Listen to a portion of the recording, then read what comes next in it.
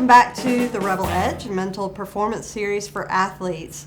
We're back with Coach Mott, head women's soccer coach here at Ole Miss, and we're going to be talking about something really important for success, and that's goal setting. Yeah. Yes. So welcome back. Thank you. Yeah, thanks for coming. Sure. It's a really important topic, I think. It's the you have to navigate through your world, and to do that you got to have some goals. Absolutely. And so I think that goal setting is a massively important topic for athletes, and really for everybody, right? You got to have goals in your life, and you don't want to be this rudderless ship I talk about, right? Where you have no idea where you're drifting to. You got to have a goal. You got to know what you're doing. Absolutely. Now, I will say that research and personality and all that, we know that some people are just naturally driven to be goal oriented, and other people are a lot more rudderless. and it kind of causes stress to set those goals and kind of be on that path. But we do know that people that sit down and set goals tend to be more successful. Sure. And so that's really important. So I think there's a lot of different aspects of goals that's important to talk about. And, one of them is that a true goal, and this is something that sometimes coaches don't want to hear necessarily, but a true goal is something that is within your control. Mm-hmm. So when coaches talk about, and I know you don't necessarily talk about this a lot, but the goal is to win this game. That's hard because it's not necessarily within your control. Mm-hmm. You only control all the things you do within those 90 minutes. Sure. So, but that's hard because people say, well, isn't winning always the goal? I don't know. Yeah. With our team, we have outcome goals mm-hmm. that are the same every year, no matter who's on the team or what we're doing. And then we have performance goals or kind of controllable goals, I think is a good way to say it. Things that we have to do every single game to give us the best chance to reach those outcomes. I think, talking about winning is hard because you're right, you don't control. I mean, there's another opponent. There's another, you're in a different area or facility or whatever. So we have outcome goals every year, right? Whether that's, making the SEC tournament or the NCAA tournament or winning an SEC championship, whatever our outcome goal is always there, and they know what those are. But we don't work on that every day. We can't go out today and work on, we're going to win the SEC tournament today. Right. Like we can't, that's impossible, right? So we have to have these controllable goals that we can go out and we can work hard at finishing, or we can work hard on, set pieces or possession or whatever it is. Those are our day-to-day goals and things that we are trying to accomplish in practice. Also, with the individuals, they have to have goals, right? Yes. They want to get better. And if they don't have goals, then what are they doing, right? And I think we talk to them a lot about that too, goal setting with each individual player. What is their goal for this season from a controllable or a goal that they can, look to improve is really, really important. For sure. So what is the example that we've talked about of the worst goal to have coming into the season for an individual player? Starting. Yes. Guess who controls who starts? So all you can do is everything that you can possibly do to set yourself up to have that as an outcome. But at the end of the day, you can't go out there and practice in order to start. That's right. You have to practice to get better, practice to make progress on your own goals. Yeah.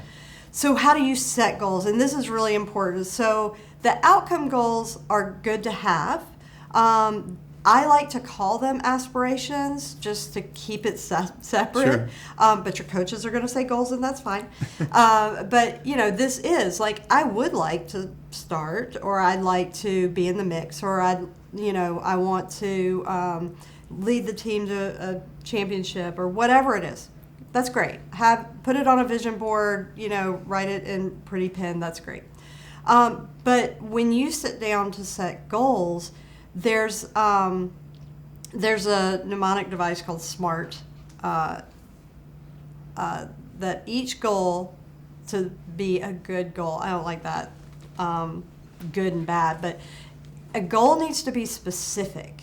You have to know exactly what it is that you want. So getting better at soccer, not, being better at corner kicks is not specific. Hitting this percentage into this area is specific. Does that make sense? Yes. They have to be measurable. So, being better at corner kicks isn't measurable. You have to say, I want to complete at this rate, for example. Sure. It has to be accessible. So it has to be something that you have the ability to practice. So like during COVID-19, if your team had set goals around, certain plays that they needed other people to be able to measure, that wasn't going to happen because you don't have, it's not attainable. They need to be realistic. So if I'm setting a personal goal of running a 5-minute mile, that's, it might happen, but it's not. It has to be realistic. And at this level, there's very little that is outside the realm of realistic when players sit down to set their goals. Sure. But they definitely know what is realistic for them. And then it has to be time sensitive. Like you have to set a date. I want to reach this goal by this time. Because then when you have all that laid out, you break it down into smaller steps. So if I'm trying to, have an outcome of a certain mile time, then I need to know when I want to reach that so that I can set, this week, here are the runs I'm going to do, here's the paces I'm going to set, here's, Monday, Tuesday, Wednesday, what I'm going to do so that eventually I reach that larger goal. I think, the big misconception is if I work really, really hard, I'm going to be able to do whatever I want, right? And that's just not true, right? And you don't, when you walk into a team, you don't know who's ahead of you or where you are. With our team, we talk about, we have three. Our team is broken up into 3 groups: starting 11, a group trying to get in the starting 11 and get playing time, and a group trying to make the travel squad. So you're fighting for every day. You're fighting for something. You're trying to get better, right? You have to have a goal. My goal is to stay as a starter. My goal is to make the travel squad. Whatever your goal is, you have to work every day towards that goal, right? So to do that is just what you're saying. You have to set smaller goals, I guess you'd say, right? To reach each time, to try and continue to keep your spot or to improve your spot. But if you're not moving forward, what are you doing, right? And that's the same true for me as a coach. Like I have to have goals for our team and to move this program forward. And how do we do that? And we do that through recruiting. But our goal as a staff is to do to reach certain obstacles. But again, we have to have it laid out step by step by step. Really important. Very important. So if you are wanting to get better and you're wanting to improve your performance, goal setting is an important way to do that. And you can sit down and set specific, measurable, and attainable, realistic, and time-measured goals, and then lay out a plan. And your coaches can sit down and help you, particularly with the realistic part. Like, is this, they have been doing this for a long time. There's a reason that they're in that position. Or if it's in the weight room, your strength and conditioning coach can help you set some smaller goals. What do I do today to increase the weight that I'm squatting, for example, or to decrease my mile time? And set those goals. And the thing about goals is that they are really motivating. So if I set a goal that I'm not going to check in and say, how am I doing on my goal for 3 months, 6 months?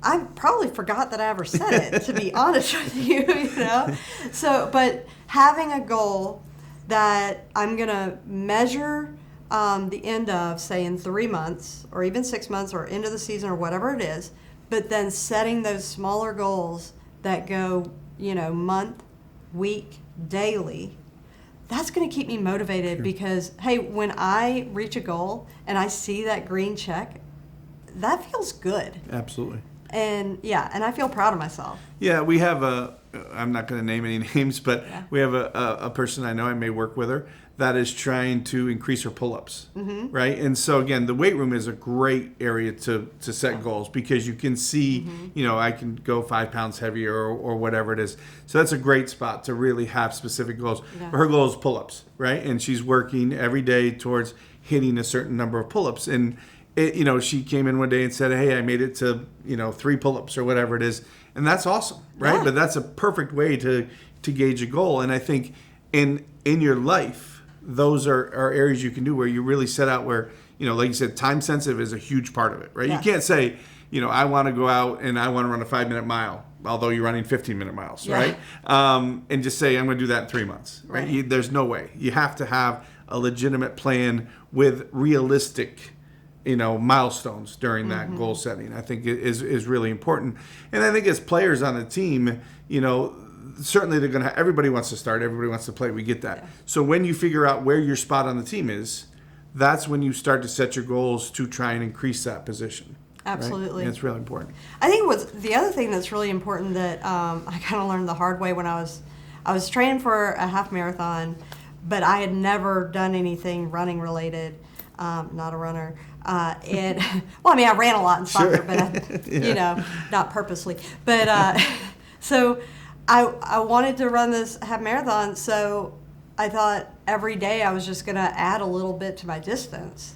And come to find out that's not how to do it. That's a good way to get injured. So I had to do the research, and I had to set those smaller goals so that I could work up to that, what I think is a ridiculous distance.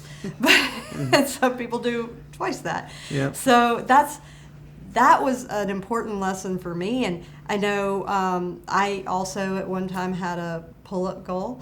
And there was a week that went by when I was working, a coach was helping me understand how to train to do that. I didn't actually even do a pull-up for an entire week. I was working on like the eccentric or whatever, and I was doing all kind of different things, and then we'd go back. And so it's interesting because it takes a lot more planning than people think. I mean, they think, well, I know what my goal is. This is my goal. But again, that's when you're in a boat, you've got like a canoe and you can paddle, but it's kind of cool to have all the gadgets and buttons that can make those really small, nuanced adjustments so that you can really get somewhere. Yeah, I mean, and I think having some way to measure is huge. Right? Like, for us in soccer, you could juggle, right? And you say, okay, my goal right now, or my best is, 50 juggles, right? You could have somebody stack pole like her best is 5,000 juggles, right? But like you say, okay, my goal then by the end of next week is I want to get to 100 juggles, right? So you can go out and practice juggling and figure it out, but you can also break it down and say, okay, what is the best way to learn how to improve my juggling, right? So it's not just going out, like you're saying, it's not just going out and juggling. It's going out and trying to say, okay, if I, thigh trap, whatever I do, how am I going to improve to get to that number? And it's just comfort with the ball, right? So it's being more and more comfortable with the ball is going to increase your juggling.